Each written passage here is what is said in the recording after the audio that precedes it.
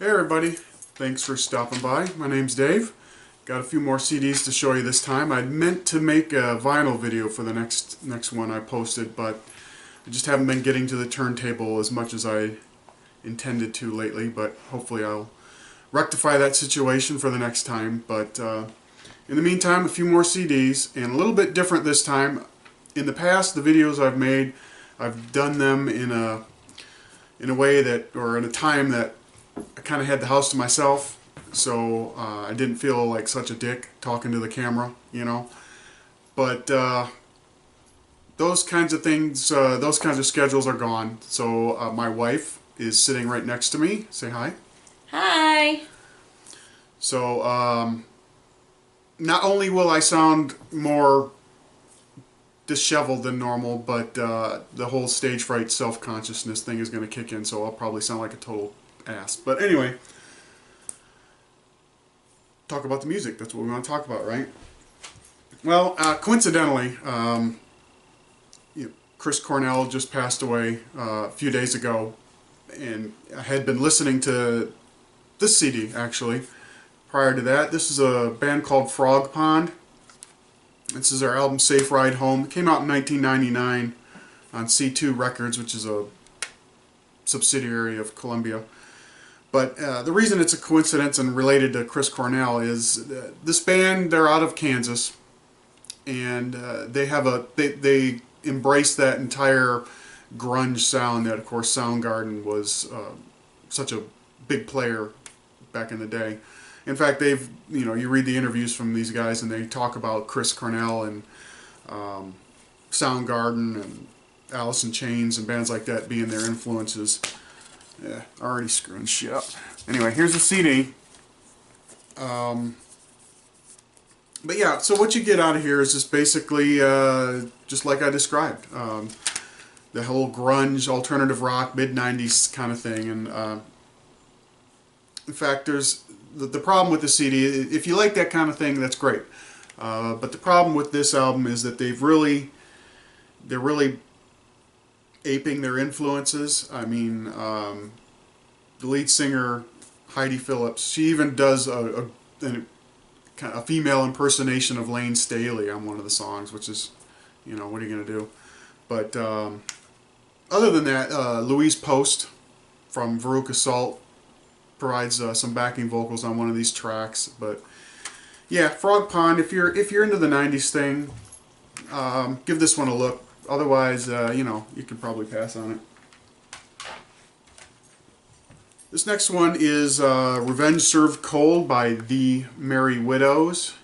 And they are a San Francisco psychobilly band. And apologies for the dog squeaking, but you know how she gets. Yeah, and they're, I mean, it's again, kind of aping the influences. They're pretty much standard psychobilly, kind of punky stuff. All-girl band. Nothing to really get excited about on this one either. Came out in 2006 actually on Cargo Music. Re-released in 2007 in Europe with some bonus tracks and things like that. But these guys are still actually around. They're playing some shows over on the West Coast every now and then. I don't think they've got any more music. No, actually, I take that back. They released one other album in a 7-inch. It came out after this one, and but nothing since I think 2009. Anyway, if you're into psychobilly, check them out. It's average. This next one, though, this is a killer. This is Rips by X-Hex, and this is a band Mary Timony founded. She, of course, kind of a fixture of the Maryland New East Coast's hardcore scene back in the day, and there she is right there in the center. This was kind of a one-off she did, and it, if I remember right, yeah, it came out in 2014 on Merge Records. This is nothing like any of the music that she had done in the past. This is just straight, heavy 80s influenced power pop. I mean, you think of Pat Benatar, Joan Jett, the Go-Go's, mix all that together, and I mean, this album is just, I really enjoyed this from start to finish. The last song on the album is kind of a doo-wop inspired thing, and that kind of fell flat. But the rest of it, really a great album. And I'm going to put, if I can find YouTube videos to each of these albums, I'll put them down in the description like always. So check them out if you get a chance. This is a really great album, especially if you're into the 80s scene. XX rips. And it does. This one, the Delphines. This is Kathy Valentine and Dominique Delvecco.